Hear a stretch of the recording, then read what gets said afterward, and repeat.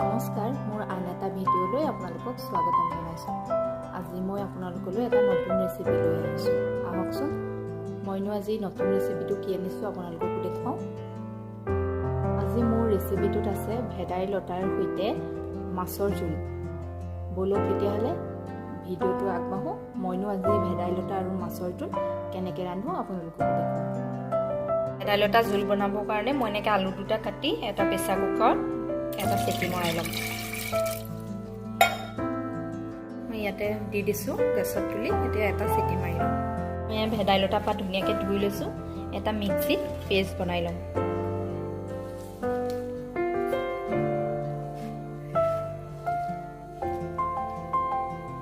মই এই ভেদাইলতা এটা পেষ্ট বনাই ল'লোঁ, এই চাকনিখনতে মই চাকি ল'ম।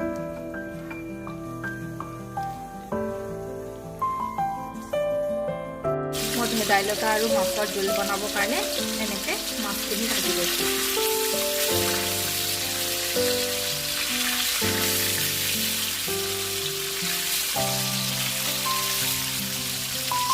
মাছখিনি কেৰাহীৰ পৰা উঠাই ল'লোঁ, উঠাই ইয়াতে ৰৈ যোৱা তেলতে মই অকণমান পাঁচফোৰণ দি দিছোঁ।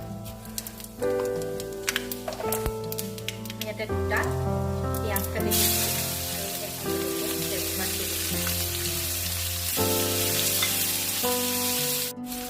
পিঁয়াজ মোৰ ভজা হৈ গৈছে। ইয়াতে মই 1 চামুচ আদা খুন্দি থৈছিলোঁ আৰু নহৰু খুন্দি থৈছিলোঁ, ইয়াতে দি দিছোঁ। মই একেবাৰে মিহিকৈ খুন্দা নাই।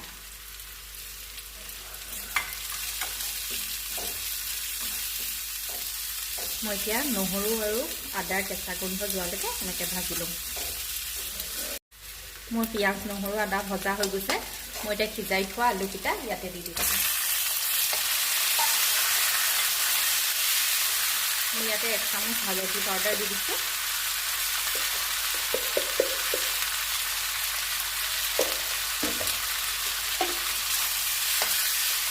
এক চামুচ মই ইয়াতে জিৰা ধনিয়া গুড়ি দি দিছোঁ। মই জিৰা ধনিয়া ঘৰতে খুন্দি থৈছিলোঁ মিক্সিত, আৰু আন্দাজমতে নিমখ দি দিছোঁ। মই এতিয়া এনেকৈ 5 মিনিটমান লৰাই লৰাই ভাজি ল'ম। এয়া ভজা হৈ গৈছে। ইয়াতে মই ভেদাইলতাখিনি যিটো পেষ্ট বনাই থৈছিলোঁ মই ইয়াতে ঢালি দিছোঁ।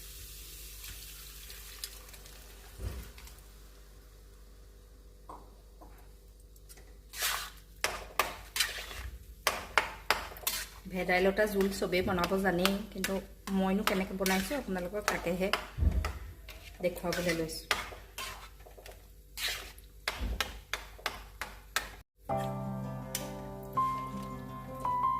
ভেদাইলতা জোল উতলিবলৈ লৈছে। মই ইয়াতে ভাজি থোৱা মাছকেইখন দি দিম।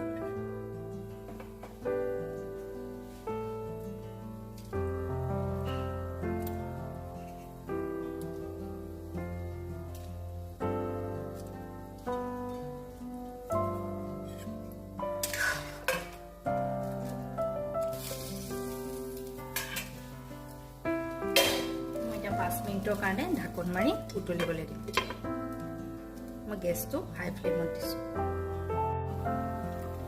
5 মিনিটৰ পিছত মই ঢাকনিখন উদঙাই দিছোঁ।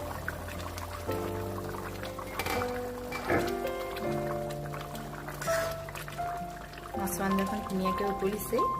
মই ইয়াতে 1 চামুচ জালুকৰ গুড়ি দি দিম।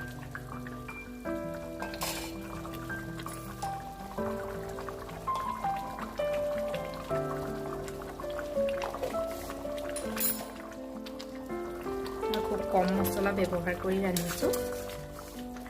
কোনোবাই মছলা দিওঁ বুলি ক'লে আৰু অকণমান দিব পাৰে, কিন্তু মই জিৰা ধনিয়াহে দিছোঁ। আৰু ভেদাইলতাৰ তৰকাৰীত জালুকৰ গুড়ি অকণমান দিলে গোন্ধটো বৰ ধুনীয়া হয়। মই এতিয়া আকৌ 5 মিনিটৰ কাৰণে ঢাকোন মাৰি উতলিবলৈ দিম। 5 মিনিটৰ পিছতে আকৌ ঢাকনখন উদঙাই দিছোঁ। মোৰ মাছৰ আঞ্জা ৰেডি হৈ গৈছে।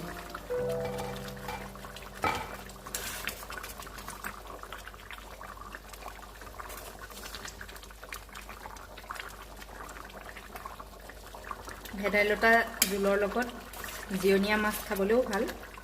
মই কিন্তু ডাঙৰ মাছেই ৰান্ধিছোঁ। মাছৰ জোলখন ৰেডি হৈ গৈছে।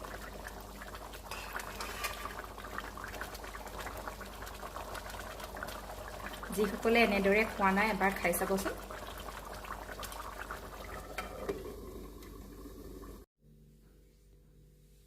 মোৰ ভেদাইলতা দিয়া মাছৰ জোল ৰেডি হৈ গৈছে। যদি মোৰ ভিডিঅ'টো চাই ভাল পালে লাইক কৰিব, কমেণ্ট কৰিব, শ্বেয়াৰ কৰিব। যিসকলে এতিয়াও মোৰ চেনেলটো ছাবস্ক্ৰাইব কৰা নাই প্লিজ চেনেলটো ছাবস্ক্ৰাইব কৰি দিব। ধন্যবাদ।